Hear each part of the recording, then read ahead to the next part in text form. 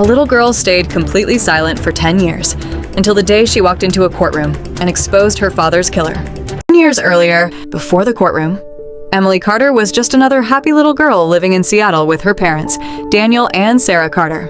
Daniel owned a successful cybersecurity company worth millions of dollars. Despite his wealth, he preferred spending weekends building treehouses with his only daughter. Saturday mornings meant pancakes, laughter, and family breakfasts. Emily adored her father. Every evening, she waited for his black SUV to pull into the driveway. He always smiled and said, "Princess, I'm home." Life seemed perfect, until one rainy Friday night. Daniel never came home. Police found his SUV abandoned near an old bridge outside Seattle. His wallet, his phone, his watch. Everything was still inside, but Daniel Carter had vanished. Police searched rivers, forests, abandoned buildings, nearby towns. Nothing. That same night, Emily stopped speaking. Not one word. Doctors believed she had suffered severe psychological trauma. Speech therapists tried for years. Child psychologists searched for answers. Sarah refused to give up. She took Emily from one specialist to another. Neurologists studied her brain scans, hoping to find a medical reason for the silence. But every test came back with the same heartbreaking answer. Physically, Emily was perfectly healthy. Months turned into years.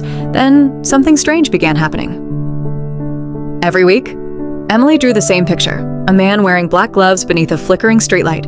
The same face, the same gloves, the same streetlight.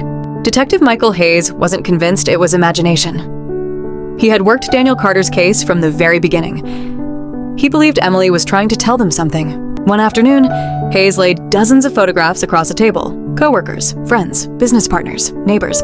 Without hesitation, Emily pointed to one photograph. Richard Lawson, Daniel's business partner. Then, she quietly picked up a black marker and drew black gloves over Richard's hands. Detective Hayes felt a chill. The investigation quietly reopened. Hayes dug through years of financial records. What he found changed everything. Millions of dollars had been secretly transferred into offshore accounts. Someone inside the company had been stealing from Daniel. The money trail pointed directly to Richard. Then another breakthrough arrived. Old traffic camera footage had been restored using new image enhancement technology. Behind Daniel's SUV was Richard's car. On the very night Daniel disappeared, Richard Lawson was arrested, but he denied everything. Without a confession, the evidence remained circumstantial. The case went to trial, the courtroom filled with reporters from across the country. Everyone expected another unsolved mystery. Emily, now 10 years older, sat quietly beside her mother, the little girl who had never spoken. The judge looked toward her. "Emily, if there's anything you've wanted to say, now is the time." Silence. The room barely breathed. Emily slowly stood. Her hands trembled. Every eye remained fixed on her. She looked directly at Richard. For the first time in 10 years, she spoke. "I saw the bridge." The courtroom froze. Her voice was barely above a whisper. "I was awake." Richard's face lost all color. "Daddy stopped the car because Uncle Richard asked him to." They argued. "My daddy said he would tell the police." Richard pushed him. Detective Hayes suddenly realized Emily had remembered everything. Emily closed her eyes. He fell. "He didn't come back." Richard suddenly stood. "No, I didn't mean to. It was an accident." The courtroom erupted. Gasps echoed through the room. Richard had confessed.